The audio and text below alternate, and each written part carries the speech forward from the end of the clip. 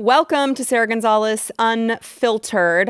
My apologies for being gone the last couple of days. I know you guys get a little bit twitchy when I'm gone for multiple days at a time. I'm sorry. It was unforeseen, but I'm back and I'm ready to go. All right. And as I was gone, I needed to go through some of the things that I saw while I was gone that I couldn't react to with you guys. But, desperately trying to convince the press and the American people he is still the Democratic candidate and still, I would say, alive, has any of his faculties about him. Joe Biden is planning on having a press conference this evening. And you guys know we taped this a little bit early. So we may have already heard from him, which we will give you the highlights or lowlights, as it were, tomorrow. But I just want to know, as we're preparing for this press conference, why does everyone keep referring to it like this? Watch. This week, President Biden will speak to national labor leaders of AFL-CIO, host the NATO summit to show the unprecedented strength of our alliance, hold a press conference, a big boy press conference, according to Justin Sink from Bloomberg. After that, the president will hold a press conference, I guess a big boy press conference is what we're calling it, and take some questions from y'all. A big boy press conference. Okay. How many people approved that? I want to welcome to the show my good friend, Dave Rubin, of course, host of And a big boy. Come on. You are a big boy, I'm a Dave. big boy. Are you excited to be on this big boy show? I went to the bathroom by myself before, and I'm very excited to be with you. How many people, I just want to know, how many people do you think this went to? And they all came together and they said, you know what we're going to call this? People already have concerns about Joe Biden not being cognitively acute, right? Aware of what's going on around him. I know. We'll call it his big boy press conference. Sarah, we are truly, truly through the looking glass with this thing. It is so insane. It's so wildly out of control between big boy press conference and Jill Biden. You did a great job. You answered all of the questions. And all of the blatant lying tweets by Obama and Clinton, basically saying he had one off night. And it's like, no, this has been going on since before he was president. I found just this morning, sometimes you look at your Twitter mentions and something old pops up randomly because someone finds it. Someone found a video that I reposted from April of 2020. So that's basically 4.5 years ago at this point. Of me calling out and saying Biden obviously has cognitive problems. He's doing an interview with Sanjay Gupta, who's a doctor on CNN, and he can't speak. And Gupta's like, It's just what's really happening right now that's so amazing is that that guys like us, guys and gals like us, we're in the business of debunking the lies of the mainstream media. But usually what happens is the media lies about something and it lies for a while until enough people realize the truth, right? So whether it's COVID or whether it's very fine people on both sides or the Covington kids are racist or Brett Kavanaugh's a serial rapist or Jussie Smollett was lynched, we could do a million of them. There's a lot. There's a lot of them, right? We have no shortage of content, right?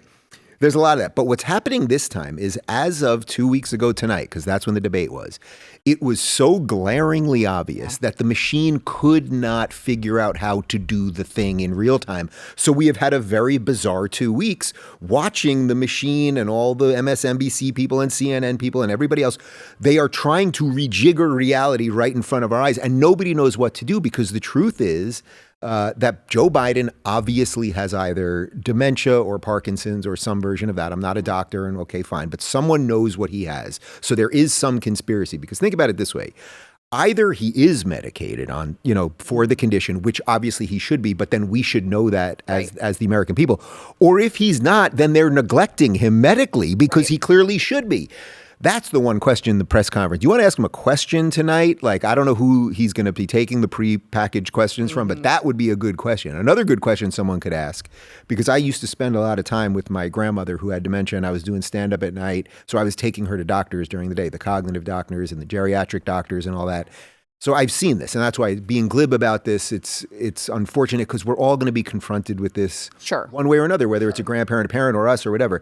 But you know what? Someone could try one very simple thing tonight. I remember when they were doing some tests with my grandma, one of the things that they did they asked her to count from 99 backwards by 10. So 99, 89, 79, 69. And basically she couldn't do it repeatedly. And that's one of a million little tricks that they can do to see where you're at.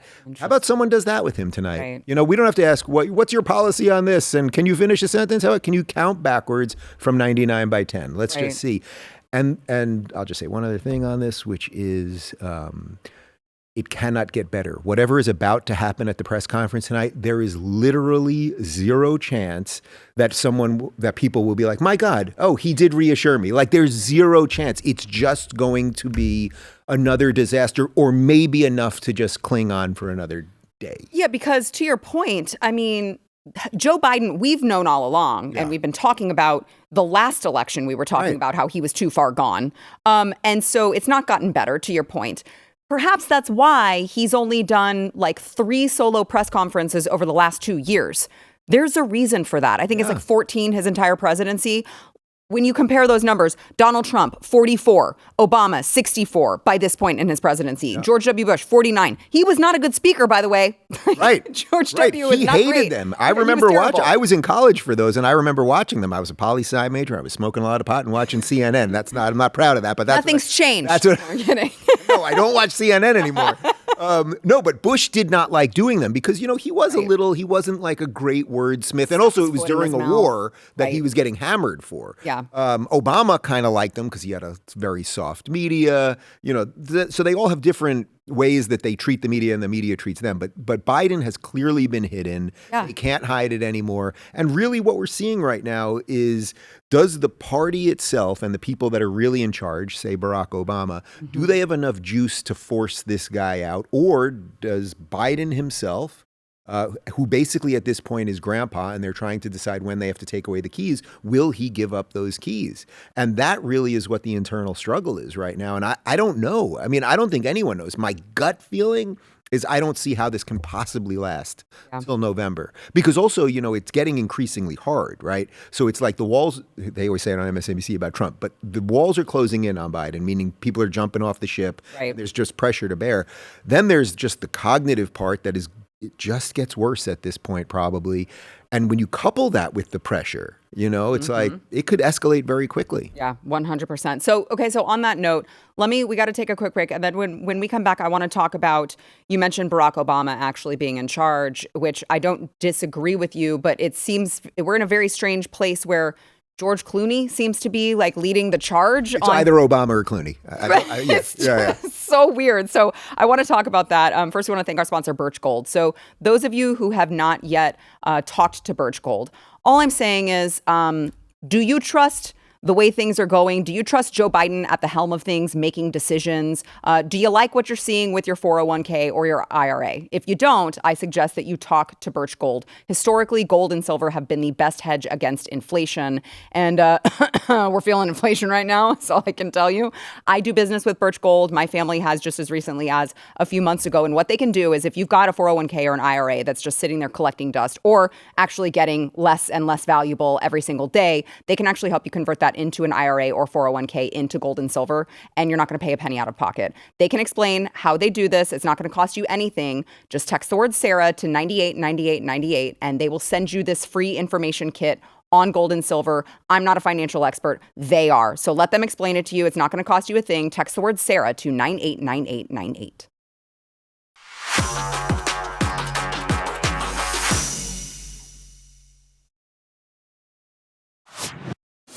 So the New York Times just published an op-ed from George Clooney, and it was titled, George Clooney, I love Joe Biden, but we need a new nominee. So I want to read you, Dave, some of the highlights, some of the excerpts of this, okay? I love Joe Biden. As a senator, as a vice president, and as a president, I consider him a friend, and I believe in him. In the last 4 years, he's won many of the battles he's faced, but the one battle he cannot win is the fight against time. None of us can. It's devastating to say it, but the Joe Biden I was with 3 weeks ago at the fundraiser was not the Joe big effing deal Biden of 2010. He wasn't even the Joe Biden of 2020. He was the same man we all witnessed at the debate. Joe Biden is a hero. He saved democracy in 2020. We need him to do it again in 2024.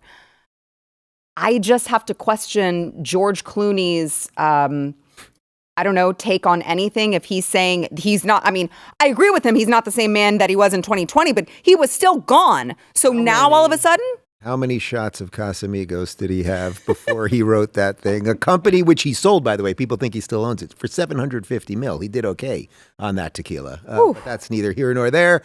First off, Joe Biden did not save democracy. Secondly, he has not done anything positive if you really care about America in the 3.5 years of this sham, absurd administration.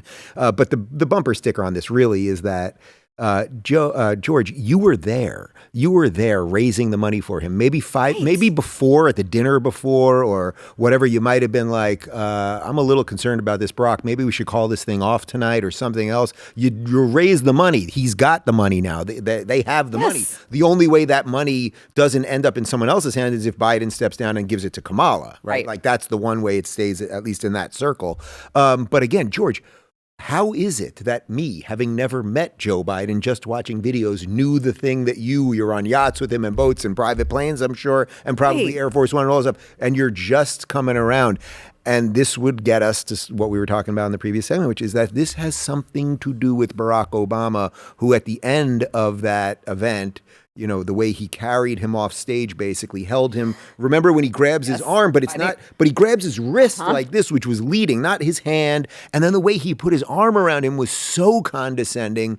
And that was Obama, to me, signaling to everybody, don't worry, this is really me in charge. So I think what's happening right now is Obama and Clooney and these types of people, they're realizing, Biden is not going to win, so we better replace him quick so that we have a chance for Barack to have his fourth term. Well, it has been a really interesting timeline because May 20th, George Clooney called a top White House official to basically essentially complain about Joe Biden condemning the ICC, the International Criminal Court, and calling its arrest warrants outrageous because Joe Biden was dissing his wife. Yeah. Okay. So George Clooney's wife, Amal, was providing legal analysis for the ICC's investigation. So who knows what sort of, pressure she might be putting on him. Yep. Then, of course, as you mentioned, George Clooney and Joe Biden did this big giant fundraiser, raised like $28 million for the Biden campaign. And then shortly afterwards, we hear George Clooney's all of a sudden like, oh, you know what? Changed my mind. Would you be pissed, by the way, if you were one of those donors that George Clooney just convinced to donate all this money, and then he's like, actually, it turns out I don't actually believe in this guy at all. Yes, you should be. First off, you should be you should have your head examined if you've donated to Joe Biden in the first place, putting aside George Clooney for a second. But yes, if you donated millions for that night, you should be pissed at George Clooney for doing that. And also, do you have any knowledge? You're an insider. Do you have any knowledge? What does Tootie think about all of this? Tootie from Facts of Life, because George Clooney was in Facts of Life. Remember that? Yes. He was in the 80s sitcom Facts of Life. Nobody remembers that. But what does Tootie think? What does Blair think? That's what I want to know. What does Mrs. Garrett think? That's what I want to know. Doris Leachman. The questions people need to be answering. Fat girl. I can't remember her name. Honestly. We'll just leave it at fat girl. That's fine. What was her name? Remember? She was fat. She was fat. The whole thing was that she was fat. Porker? No. I hope it was Porker. No, I don't think it was Porker. So in his New York Times op-ed, he did also say, I thought this was interesting, that he said, we're not going to win the House. We're not going to win the Senate. This isn't only my opinion. This is the opinion of every senator and Congress member and governor that I've spoken with in private, every single one. And he says, irrespective of what he or she is saying publicly. Sounds to me, Dave, like he's calling out Gavin Newsom, Gretchen Whitmer, Pete Buttigieg, Kamala Harris, Nancy Pelosi. I mean, these are all big-time Democrat, lawmakers who are very publicly being like, AOC. Well, because they don't know what to do, right? Because as I said earlier, it's unfurling so quickly in real time that nobody knows what the answer is. Unless you're going to 25th Amendment him, which they're not going to do. It's just extremely complex. No, they probably can't get the votes and everything else. Unless you're going to do that, then there's no mechanism to get rid of him short of him having a stroke or something like that, right? So that's part of it. That's part one problem. The other problem is that nobody likes Kamala nor thinks she should be president of the United States. That's partly why Obama selected her, because they knew he was compromised. So it's like, bring in someone who no one thinks is worthy of being your replacement. So it's so great, actually, in some way, because this is what the Democrats deserve. Now, I don't want them to take the country down with them. And that, by the way, that is possible, because if you're Xi in China right now, why wouldn't you take Taiwan this week? And just to put more pressure on us, or whatever the Ayatollah could tell Hezbollah to do with Israel, or whatever's going on in Ukraine, like Putin could just be like, let me just set more blaze to everything, you know? But I'm an American first, and I don't want those bad things to happen, obviously. Sure. But the Democrat Party deserves all of this. They created an unholy alliance of leftists and anarchists and jihadists and crazy people. They threw in a dash of a guy with dementia and a crackhead son and a megalomaniac wife. And congratulations, you have the most disgusting soup ever.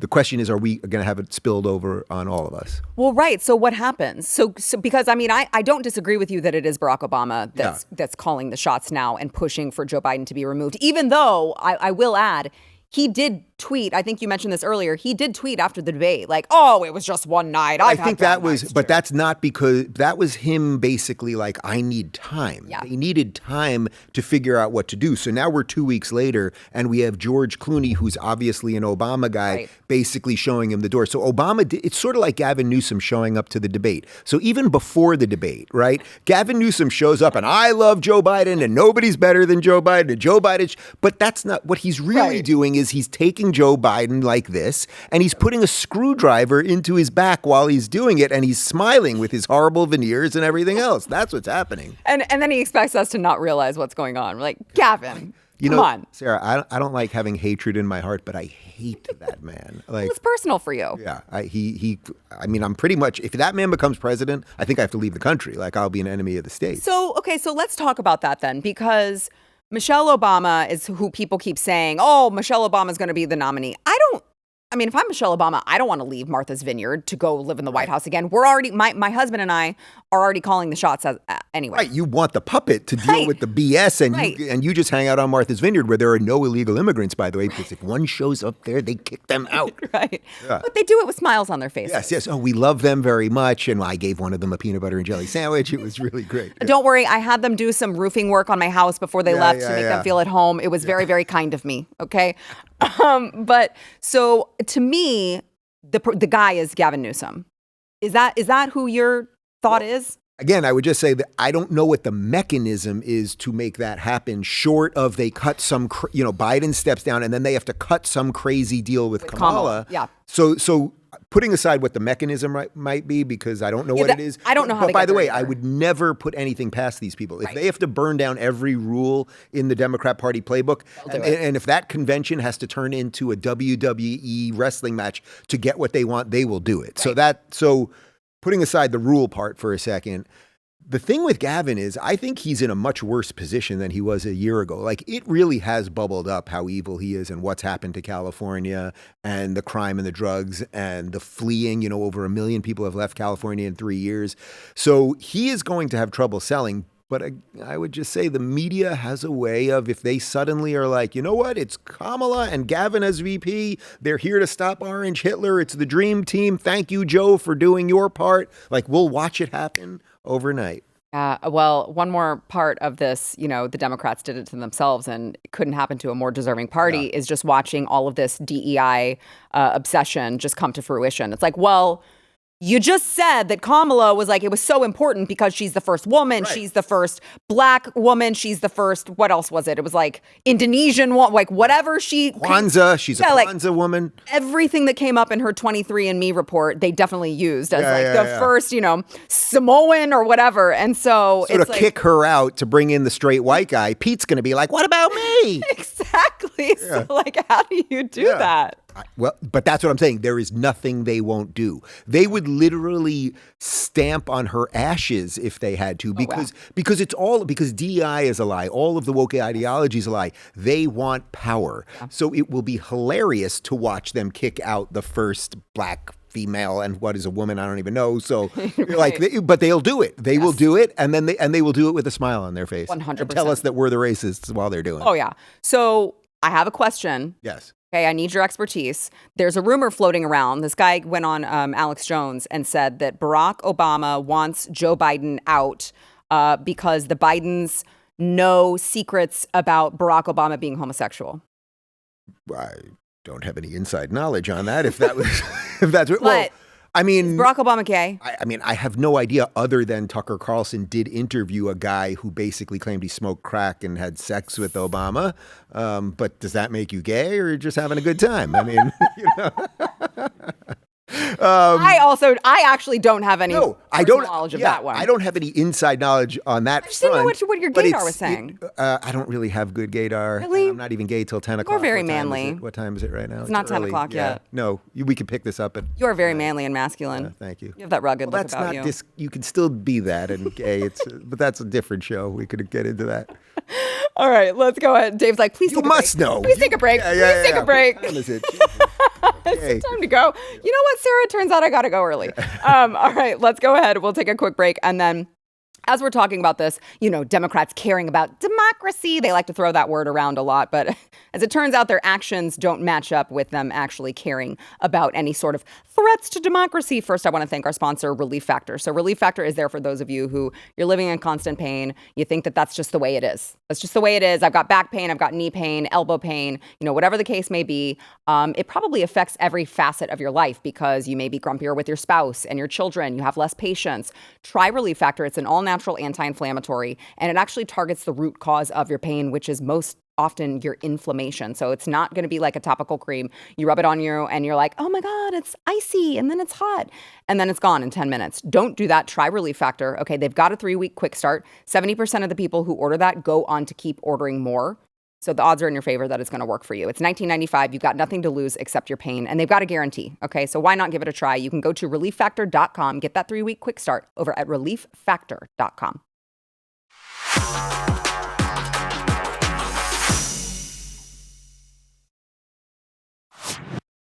We have an article up right now at theblaze.com, which everyone can go and read. It was written by Blaze News correspondent Julio Rosas, who wrote about the GOP's SAVE Act that is heading over to the Senate. Now, this is the Safeguard American Voter Eligibility Act. And it kind of, you know, typically when Democrats pass a bill, it has a name that has nothing to do with what the actual bill is. In this case, it speaks for itself, okay? It's going to take steps to ensure that only United States citizens can vote since the Biden administration policies created all of this, you know, gigantic border crisis. We've got reports coming in that I can't even remember it was like 49 states or something are now getting illegal immigrants' IDs.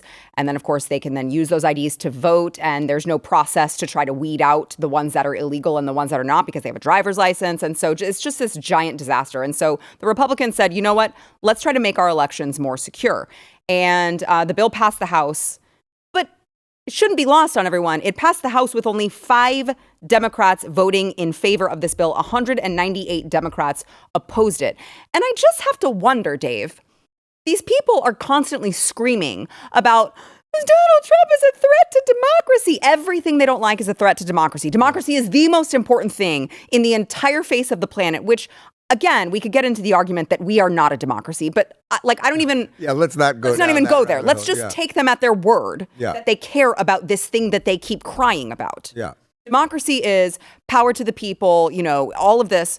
Why would you then vote against something that would secure the people's voice? I appreciate you asking me a question that I know you know the answer to. But they don't care very much about democracy. They don't genuinely don't care that much about this country and its founding. I mean, that is what so much of the Democrat Party is about now, the undoing of all of the good things of this country. But you need only look, put aside this bill for a moment. For years, they've been screaming about how you shouldn't have to have an ID to vote because apparently black people don't know how to get IDs. I know too stupid, lot of black people, and I don't know any black people that don't have an ID.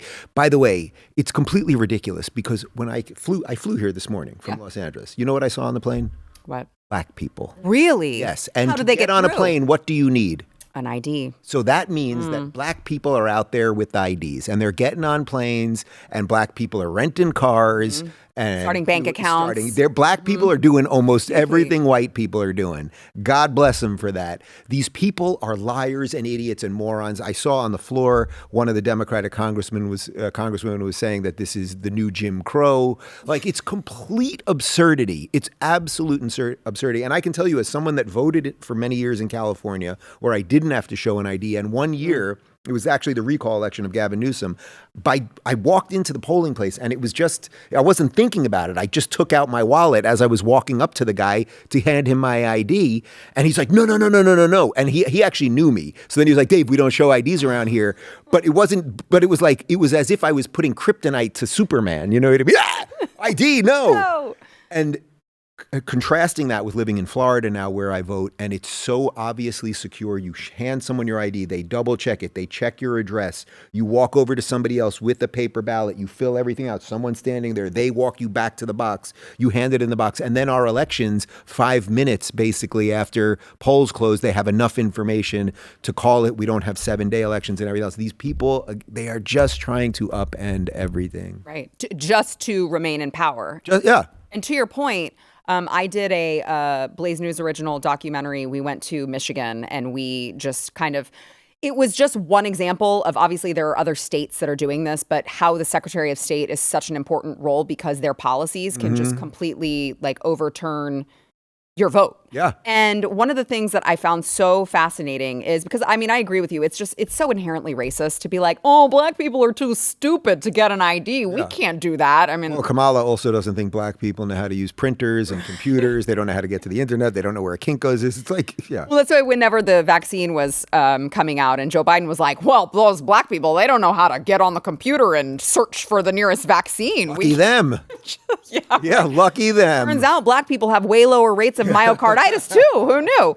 But and so there, I don't know. I do know that they're racist, but there is another component to this because in places like Michigan, the Republicans passed, and it went to the governor's desk for signature, a bill that would have just given free IDs to people. So you don't have to say like, oh, they're too poor. Oh, they don't know how to do it. Like, it literally would have provided free IDs for everyone. And Gretchen Whitmer vetoed it.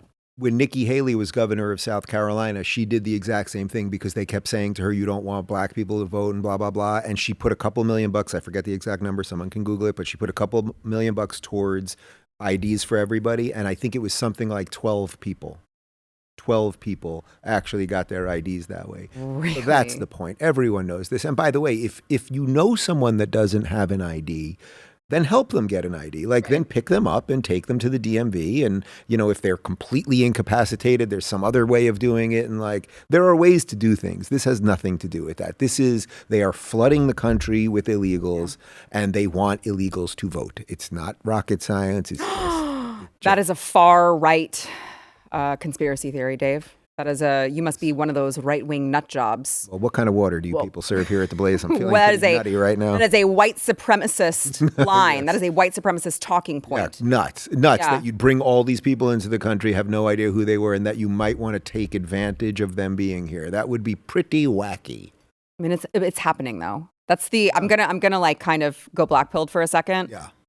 I don't know how I'm not convinced that we can stop it, period. Yes. But even if we get Donald Trump into the White House, that's not solved in 4 years. No, it's a huge, huge problem that I slightly address on my show, but I also don't like sort of speaking it into existence to some extent. That what do we do really about this? So let's say, right, but to really do that, it's extremely complex. It's going to cause all sorts of chaos, secondary and tertiary chaos.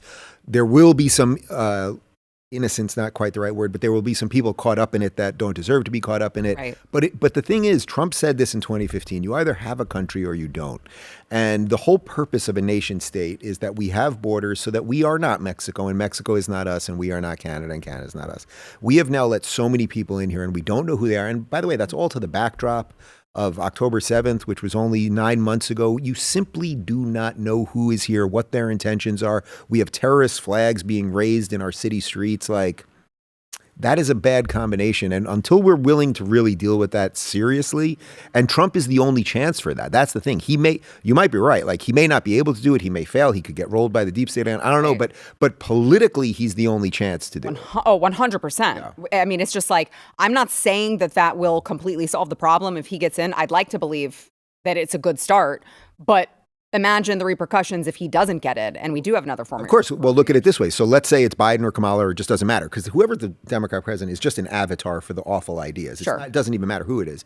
But okay, so then let's say they let in another 8. So now we're at 8 years, you've let in about 20 million people, let's say, because people think it's as many as 12 million now. Right. So now you've let in 20 million people. Okay, now you are so beyond the pale of how we can function that I think states will do what they've got to do. I mean, you happen to live here in a great state that probably will go its own way. Yeah. And I live in another state that might go its own way, Florida, obviously, and then maybe we can build a long bridge and... Oh, I would love that. That way I don't have to go through Georgia to get here. You know what I mean? Right. Yeah, I mean, I want to circle back to that, the idea of seceding. But it is very depressing to me to think about how far the country has fallen. And I mean, just think about, it's been 3.5 years. You're talking about 12 million people in 3.5 years. That is crazy. No, it's crazy. It's more than the population of most of our states, I think. Something like that. Someone can check on that. Like, it's an absurd amount of people. And to your point, like, there's no other ulterior motive. Like, of course that's by design. You don't do that by accident. No. And how many terrorist attacks you will be able to pinpoint and say this person was brought in by Joe Biden? We're already seeing American citizens now, today, that they're not, I would argue they're still terrorists because they're killing our American citizens, but they're like Venezuelan gangs who are coming in and murdering American citizens. The fact that we've seen these stories about rapes of young girls this has happened in Boston, it's happened in Texas, I think it's happened in Florida, because that's the thing. The states don't have hard, fast borders yet. Right. But if we do a few more years of this, the states will need to do that. And I will be for that. That's not something I would want as a Floridian. Florida has an interesting case because we are a peninsula where we have our own Coast Guard. We have probably extra protections because it's really only a big border with Georgia and there's a little something of Louisiana. But I don't really want to be thinking about all of that kind of stuff. Right. Ironically, though, the founders would be on our side. Oh, yeah. The founders, this was the point of federalism. Yes. They'd be going, oh, well, the big thing, the king in this case, the federal government has gone completely out of control. It's not doing it has very few duties, the executive branch, but the border is one of them. So if you guys ain't going to do it, then they designed a system for the states to do what they have to do. But of course, as you know, here in Texas, the federal government will even fight them on that, which is exactly what they did with Abbott and the barbed wire. Exactly right. Which is why, I'm just kind of to the point where it's like, well, you're talking about secondary ramifications if we do have to go through mass deportations, but it's like, if it's whether it's Donald Trump or it is, say, Texas National Guard, there's going to be a fight somewhere. There's going to be a conflict somewhere, you would imagine, because... No, there has to be. Right, because, even if let's again use the example of Texas. If Texas is like, which we have before, okay, if you guys are not going to do it, we're going to do it. But it's only been closing a gate, right? Like closing a gate, putting up razor wire. Right. It has not been the act of rounding people up. No, and optically it will be terrible. It will be horrible. And there will be, there's so many things. And on top of the fact that the foot soldiers of the Democrat Party at that point will then get back out in the streets to burn down the cities at the same time. So it's like, this is a lot of stuff, and this is what weak leadership does. Yeah. What's the saying? Weak men create hard times create strong men create good times, and then it's a cyclical thing. And that's what we're at right now. We have allowed a lot of bad things to happen in a very short period of time. And when you talk about the intention part, the truth is that on day one he did. Obama, I call him Obama. Well, Biden, Obama doesn't matter. Same thing. The guy who worked for the gay guy, Biden, he did, scrap away, I think, 64 executive actions on day one as it pertained to the border. So it is not intentional. It is intentional. Yeah, and then they're like, no, what are you talking about? We had that great border plan, that border security plan that you mean Republicans didn't pass, even though it gave nothing to actual meaningful border security. It just racist. Don't you feel good about your taxpayer money funding more glorified travel agents at the border, Dave? Doesn't that make you feel warm and fuzzy at night? No, that was the one that when they were like, we're putting together the bipartisan package, we're going to have more border agents to process people. Guys, no, that wasn't the thing. Like, knock, knock. Is anyone awake? It wasn't that you were on hold too long. We need more phone bank people. No. Yeah. Okay. So you mentioned Texas and Florida maybe just being like, you know what? We're done. And then building a bridge. I want to talk to you a little bit more about that. Just have a conversation about what that might look like. But first, we want to thank our sponsor, this segment, Cardio Miracle. So listen, when I find something that is a game changer, something that's simple, easy, effective, you guys know me. I like to share it with everyone. This is why I need to tell you guys about the secret weapon from our sponsor and good friends at Cardio Miracle. It is sourced with 50 of the finest food, plant, herbal ingredients. It is a great natural flavor. It actually tastes good. And I'm very picky. This actually tastes delicious. It works wonders and it tastes great. When you see how it makes you feel, you're really going to understand what I'm talking about. So if you maybe have like low energy, vitamin depletion, maybe you're taking prescription meds you don't want to be taking, maybe you just want a better night's sleep, you need to look at Cardio Miracle. You take 2 scoops twice a day. It's the price of a coffee, and it can stimulate your body's natural healing pathways to produce the miracle molecule nitric oxide. And that is why it gives, your natural healing pathways such a boost. It solves so many different issues here: heart disease, diabetes, kidney disease, Alzheimer's, dementia. In fact, I might take some Cardio Miracle and I might mail it directly to the White House because I think that our president could use this. It's great for moms, dads, grandparents, even teenagers that may need some extra support during hormonal changes. I love the energy that it's given me. It's got a 60-day money-back guarantee. I'm telling you guys, you have to try this stuff. It's cardiomiracle.com/unfiltered. Use code Sara, SARA, for 10% off your first order, or subscribe and save for 15% off with free shipping. That is cardiomiracle.com/unfiltered, promo code Sara.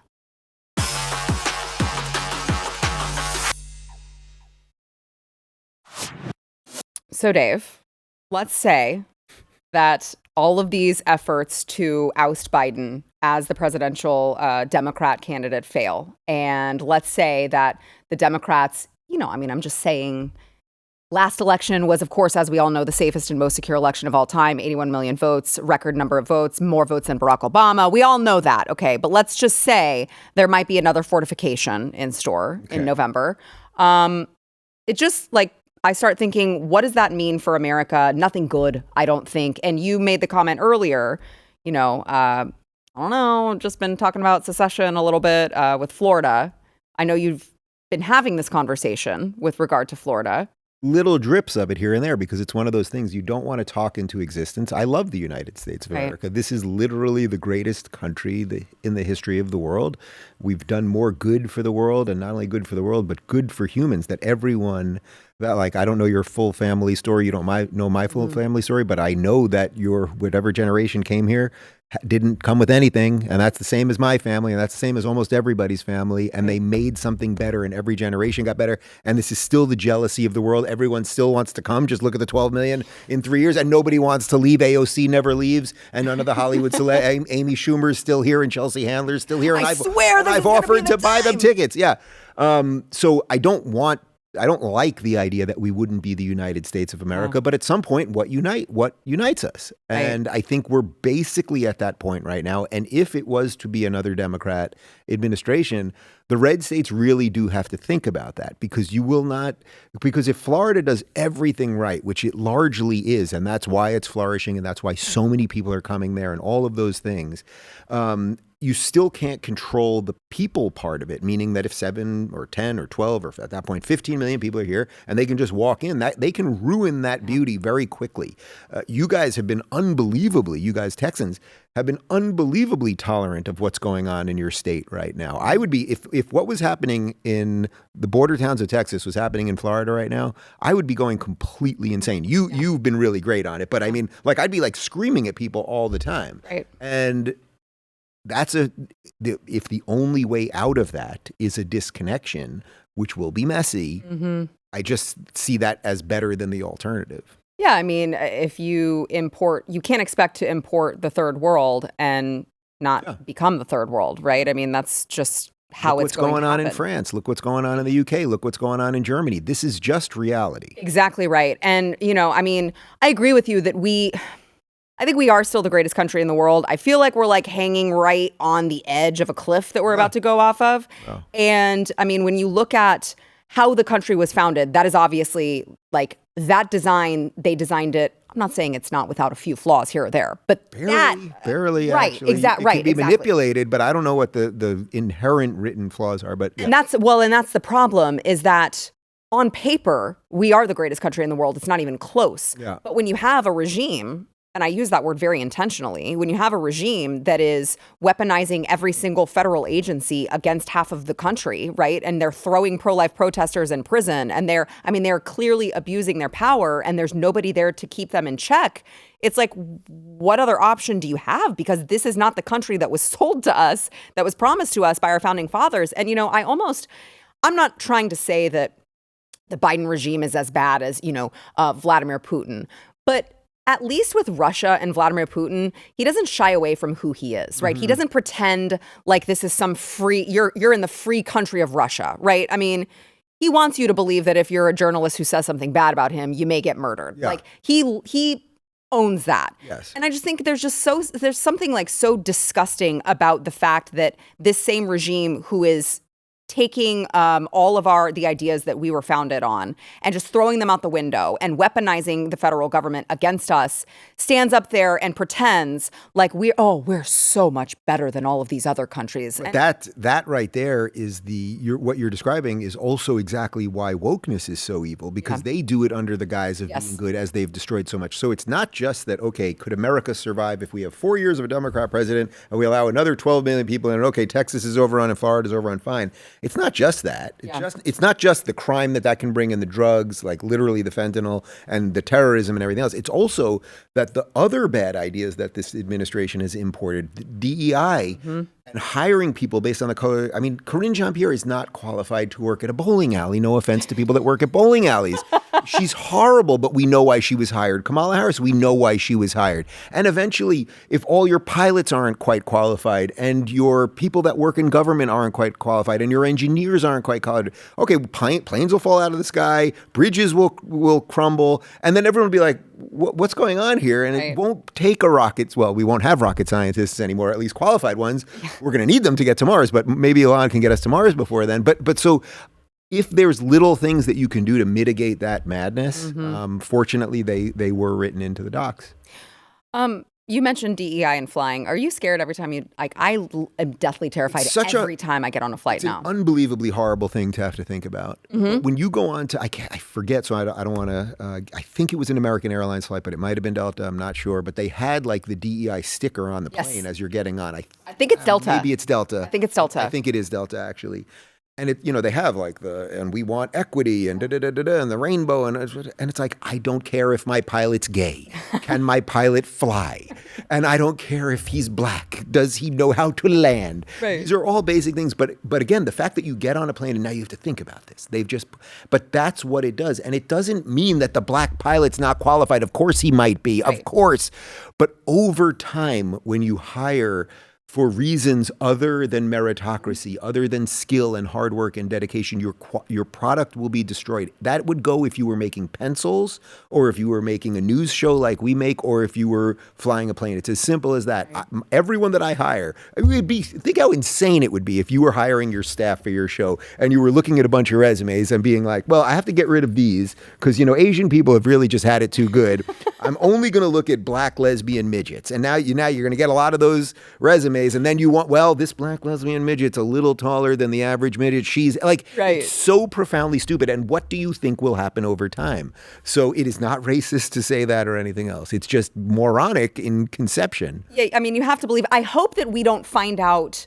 We already know, but I hope that, the left doesn't find out the hard way by, something terrible happening, some sort of tragedy happening with something like airplanes. I hope it's more like all of these, Fortune 500 companies, take a Target or a Bud Light or, one of those that they just make a moronic decision and they realize they're losing money from it. Well, that is BlackRock, is the sensible correction on this, right? Like, so Target, when they do the Pride Month stuff and that you literally walk into Target and you see things for tucking and all of the rainbow stuff. And by the way, you know what you don't see? You don't see anyone buying any of it. Right. Nobody buys any of this. This is political political propaganda forced down our throats. And then eventually people are like, you know what? I will stop shopping at Target. We know what happened to Bud Light. And that actually is the beauty of capitalism. So as long as we have some level of a free market and some level of competition, which, by the way, the left, of course, would love to destroy also, and we'll have one type of beer and it'll make you gay and all of that stuff. But as long as we still have some level of that and there's some competition, you have some chance to build a better product, to build a better company, to build a better airline, et cetera. Right.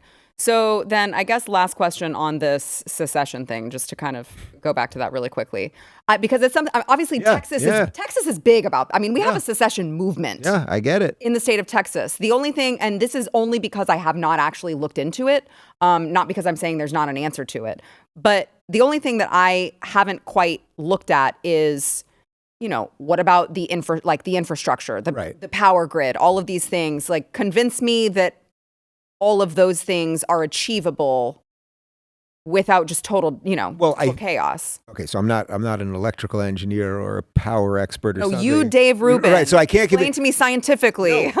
No, it would have to be literally. But this is what I mean about why it would be so messy and everything else. There will be, are we going to have, each state going to have its own rights to air for planes? Like there's airspace and all that. So there'd be a million things that would have to be worked out. Yeah. Texas, you've got a lot of natural resources here.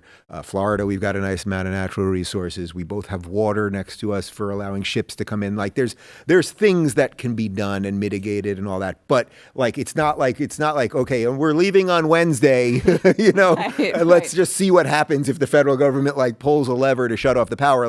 But this is why the states should be more reliant on themselves. They really should be. Everyone was very afraid that Ron DeSantis was creating some sort of army, and it's like no, he strengthened the National Guard, or he strengthened the Florida National Guard a little bit. Again, we have a strong Coast Guard, and when some ships were coming from Cuba and some boats, we made sure to turn them around. So if you just deal with things in a mature way, then I would say the answers to all of those questions, which probably there's a million things that we can't even think of in terms of how we're connected to the federal government.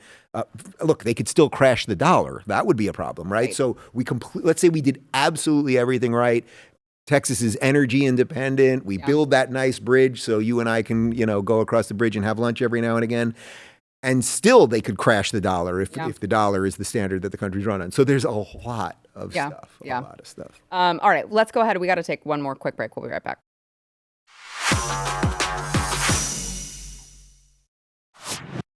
Dave, you and I are friends, but You're about to stick me now. No, I was just going to say. You and I are friends. Nothing good comes after that. I was just going to say, I'm not going to try to pretend like you came into town just for me, just to come to Sara Gonzales' show. What are you doing? Well, it's a press week. You do a lot of shows. So I did all sorts. I did Carolla's show and Dr. Drew and everything else. The highlight was last night. We did Bill Maher's Club Random. That's his party house at his actual house that he's turned into his podcast studio. And we kind of flipped the script. So it was Rubin Report there.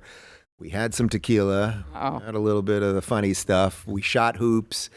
We talked politics. I actually didn't want to do all politics with him. I actually wanted to do a little bit more about life. I will tell you that I don't think we're getting him there on the Trump thing. Really? I tried. Oh. But as I said to him and as I say about him on my show all the time, it doesn't matter really which way Bill Maher votes personally. If he does what I think he is good at and proud to do, which is tell the truth as he sees it related to all of the issues, he is red-pilling people that maybe then you and I can nudge into voting the right way. So he's one man, but the ideas that he's talking about and countering the woke insanity with a true liberal perspective is good. Stay tuned for that on Rubin Report. I smoked the joint backwards, which...